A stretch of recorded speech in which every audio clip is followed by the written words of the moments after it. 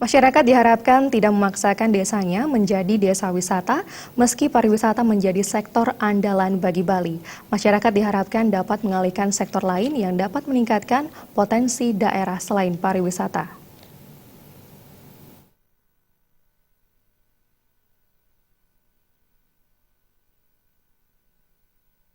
Pengembangan sektor pariwisata melalui desa wisata menjadi salah satu strategi pemerintah dalam meningkatkan ekonomi masyarakat.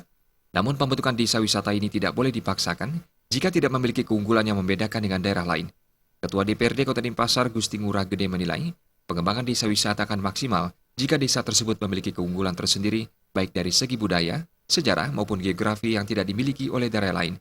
Seperti halnya desa Kesiman yang memiliki unit budaya yang rebong di Pura Pangrebongan.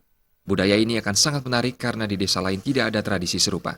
Kita kan harus melihat basic daripada keberadaan desa itu.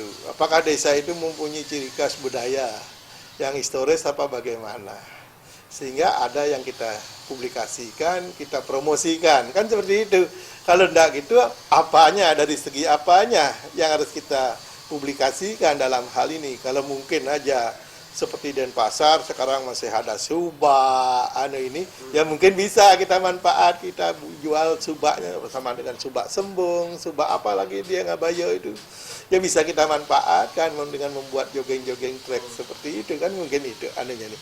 Lebih lanjut diungkapkan, pengembangan desa wisata tidak mesti harus membangun infrastruktur layaknya sektor wisata umumnya, namun harus tetap berorientasi pada keunggulan yang ada.